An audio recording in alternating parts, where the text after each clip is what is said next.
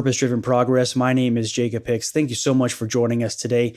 We are going to be talking about how to manage your time well, and I'm going to give you a bonus strategy on how to manage the chaos that always seems to creep up on us in the middle of the day. So let's get into it. First, I want to tell you about one of my favorite authors, Cal Newport. He's a professor and an author, of course. So he wrote a book called Deep Work. So I'll leave a link to it in the show notes here if you're interested. But he's a man that really, deep focus is the best way to describe this guy. So he is incredibly prolific, not only as an author, but also as a publisher of research. He does crazy deep research on a myriad of different things. But I want you to imagine what this guy's office might look like. He's a man of focus. He gets things done, and he gets more done in less amount of time than the majority of people in his field. So imagine walking into his office. I always picture it as very minimalist, meaning that there's a couple of chairs, a desk, nothing on the walls at all. No pictures or paintings or art of any kind. He probably has a full bookshelf along one wall. And I always picture it as a floor to ceiling bookshelf. And it's just absolutely crammed with books to the point where he's got books stacked maybe like 2 deep and one on top of the other in the shelf. There's no dead space in this bookshelf. And he's got a computer on his desk, right? Because we all have to have a computer nowadays. And you hear that low hum of his computer. You notice a speaker on the end of his desk because deep work is really great with some background music to accompany it. You sit down at his desk chair, and it's one of those that's pretty comfortable, but not so comfortable as you want to be spending 12, 15 hours in it. You're not going to fall asleep in this particular chair. It's solid. And to me, it smells of hard work. What does hard work smell like to you guys? Is it like the printer paper? Is it a fresh cup of coffee? Is it that kind of disinfectant, kind of chemical clean smell after everything's been cleaned after a long day? And that fresh cup of coffee is exactly how you like it. And so this is how I imagine Cal's office.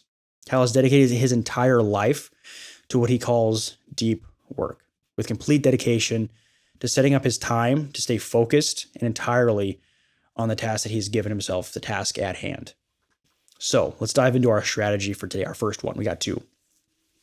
It's called time blocking.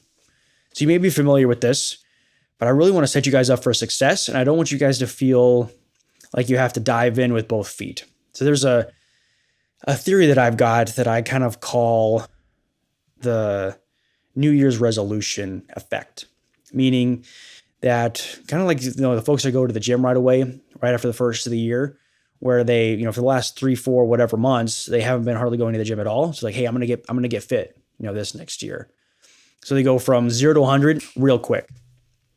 And usually they burn out because they haven't eased themselves back into an uncomfortable situation, because it takes an incredible amount of discipline to go from 0 to 100, where you're not doing anything to doing everything all at once. Okay. And we're going to take that effect with time blocking here. Now, time blocking, for those who don't know, means that you are scheduling every part of your day. Now, I don't just necessarily mean at work, but you are scheduling, hey, I'm going to get up at 6 and I'm going to take, 15 minutes to kind of get around, go to the bathroom, all that stuff. And then I'm going to get dressed and I'm going to go to the gym. And that's going to take me 15 minutes to get there. And then I'm going to spend an hour at the gym, and so on and so forth throughout the entirety of your day. Now, this means, like I said, everything: work, meeting, kids, any kind of downtime, taking breaks, scheduling time to time block, travel. But it's not about rigidity. It's more about creating a framework that will allow you to manage your time better. So in order to get this done, what I always suggest to folks is start with your 3 to 5 priorities for like a given day or a given week, depending on kind of how your work kind of flows. So what are your 3 to 5 priorities for tomorrow? What are they? List out 3 or 5. I'm sure you can come up with at least a couple of like things. Hey, I have to get this done tomorrow. And then create time blocks. So meaning, let's say you've got a big project to get done, and you know that it's probably, with everything you have to get done, because you haven't really started it yet, it's probably going to take you all day tomorrow. So let's say you get in at 9 o'clock in the morning, you spend the first 20 minutes of your day kind of getting everything organized, planning out exactly what you need to get done. And then for the next hour, you work on the first step. And the following hour, you work on the second step. And so on and so forth, scheduling like lunches and everything, breaks and everything else, until you get everything done. Now, I want you guys to bear in mind a particular law when we're talking about time management called Parkinson's Law. Parkinson's Law tells us that work contracts to fit in the time that we give it.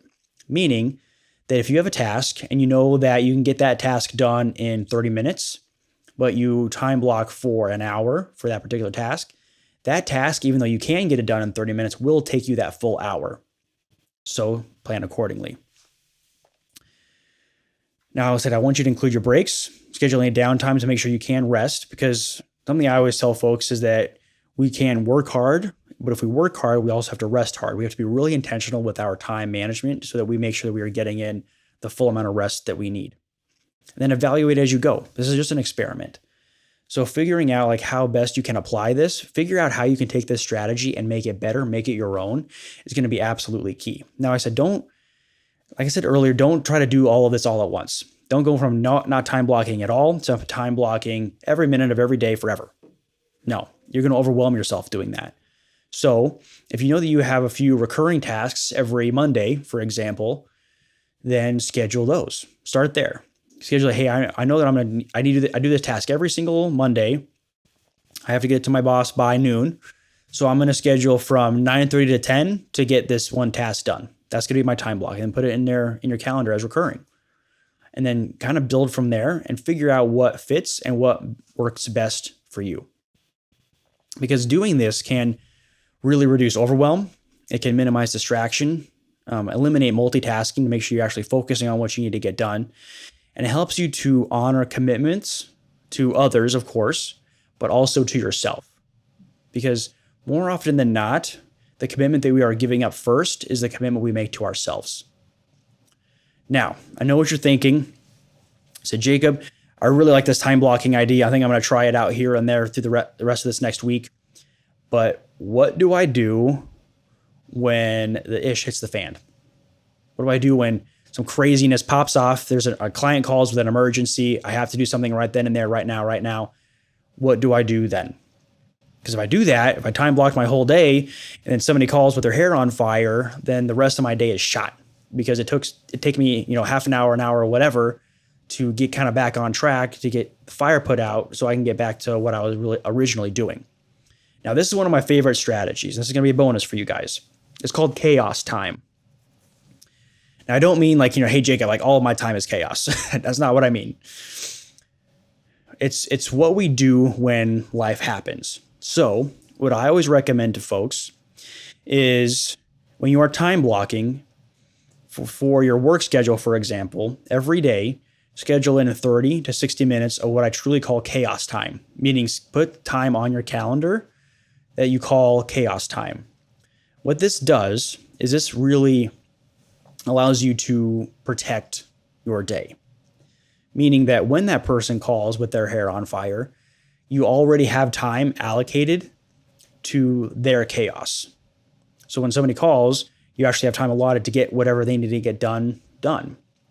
So that way, you don't totally throw off the rest of your day, and you can still manage your time effectively. Now, a few things to bear in mind here is, when does your day typically kind of pop off?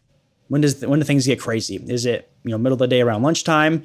Is it the afternoon? Does it kind of vary a little bit? I mean, try some stuff out. Usually I will schedule my chaos time for the afternoon. That way I have time to get other things done. Now, during that time, try to stay disciplined, meaning that you are only dedicating that time to addressing the unexpected things that have cropped up during your day that you have to get done that day. The very, very highly urgent things to get done. Now, the nice thing about chaos time is that if, let's say, for whatever reason, it's been a great Monday and nobody is called with any hair on fire, it's perfectly fine. It's been a great weekend, so everybody's chill on Monday. But you still have your 30 to 60 minutes of chaos time scheduled, but nobody's called to use it. So that can either be part of a break for you, or it can be time just dedicated to additional work stuff. So what this does again is it allows you to handle emergency and protect the rest of your day, but still allows you to be fully flexible. Now, something I like to do is I like to write things down still. I don't know, very 20th century of me. But I like to write down my chaos time tasks, meaning that if it's not an absolute emergency that I have to deal with right then and right there, then I will write down like, hey, Tom called and he really needs me to get, whatever dealt with. I will write down Tom's task on my chaos time sheet. And then when my chaos time comes around, I have time dedicated to get it done. That's a tip that I've used recently. Now, it's kind of fun with this that I had a client that I was working with, relatively recently, not super recently, but within the last couple of years. And she was really struggling with productivity and just the overall chaos of her business because she was starting a new business, and anybody that's ever started a business or tried to knows that you have to wear all the hats. You have to do all the things for everybody all the time. And I mean, obviously she wanted to do well. She wanted to provide for her family and give her kids a lot of opportunities. And she was getting clients. She was doing the right things. But when things would get hectic and her to-do list would just go out the window. So she would just kind of panic, I guess, and she would just, like, whoever called had to deal with whatever they were dealing with. You had to get things done. Now, I have never been there. This is a totally, I've never felt like this way before. But I have known some folks that have felt this way. And maybe a few of you guys have known some folks who have felt this way, right? Because me and you guys, we've never been there before, where we're just overwhelmed and trying to get things done and things are falling off our plate, right? That's never been us. And I remember, oh gosh, we were on one of our calls and she loved burgers. Like, she was a big burger gal. So she was always eating burgers. And I remember one time she was eating burgers like on our call because she hadn't scheduled herself time to eat. She was so overwhelmed that she wasn't eating regularly. Can you imagine that? Like, not eating regularly like this? I would get hangry. I'd be upset. And she was always, just to kind of keep herself flowing, she was always drinking Monster Energy. Now, I'm not a big caffeine guy, but in high school, I feel like Monster might have just come out when I was in high school, and it was a big thing. And I remember just that kind of sweet smell that Monsters have. So if you guys ever had a Monster, you guys know what I'm talking about. So I suggested, these strategies that we were talking about today. We started with time blocking. She was doing well with it, but she started to see that same issue that we were talking about with the chaos time, where a client would call, their hair would be on fire, and she had to drop everything to deal with whatever their supposed emergency was. And after that, her whole day would fall apart.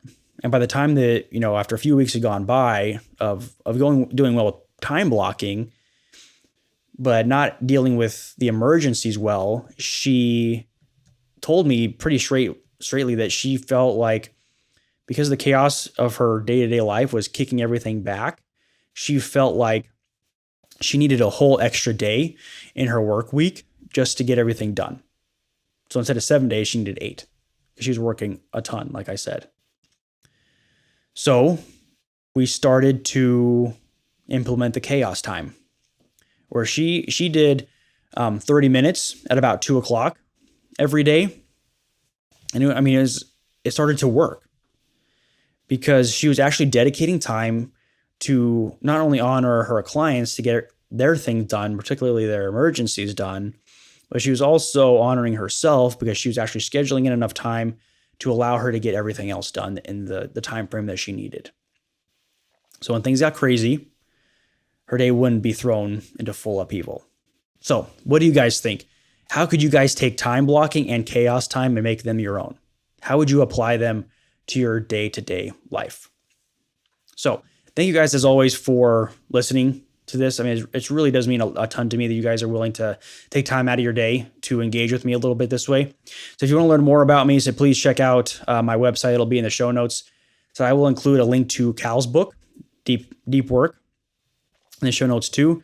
And don't forget to subscribe and Honestly, if anything that I've been discussing here in my show has resonated with you guys at all, so I would be absolutely honored if you guys would be willing to leave me a 5-star review. So I would love to hear what you guys are using and how you guys are applying it. And I'll see you guys next time.